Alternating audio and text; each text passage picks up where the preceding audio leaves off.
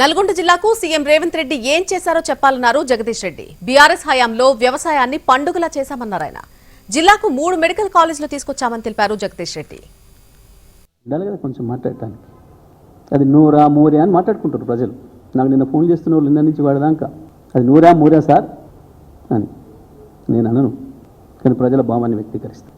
మాట్లాడేటప్పుడు సోయి ఉండాలి, ఇంకా ముందు చూసుకోవాలి. నల్గొండ జిల్లాకి ఏం చేసినావు? ఎస్, నల్గొండ జిల్లా అద్భుతం, వ్యవసాయం జిల్లా అద్భుతంగా వ్యవసాయాన్ని పండగలాగా చేసిన కేసీఆర్. బ్రహ్మాండమైన యాదాద్రి పవర్ ప్లాంట్ని తెచ్చినాం, చేసి వచ్చినాం కదా ప్రారంభం. మొన్న ఈ మంత్రి అంతకుముందు పీలిగిండు, నేను వస్తే రద్దు చేస్తా పవర్ ప్లాంట్ను, ముఖం చాటేసిండు. అందుకే అక్కడ అద్భుతమైన గ్రీన్నెస్ ఏరియా తీసుకొచ్చిన, మొత్తం ప్రపంచ చరిత్రలో మానవ నాగరికత ఉన్నంతకాలం నిలబడగలిగిన అద్భుతమైన యాదాద్రి దేవాలయ నిర్మాణం చేసిన.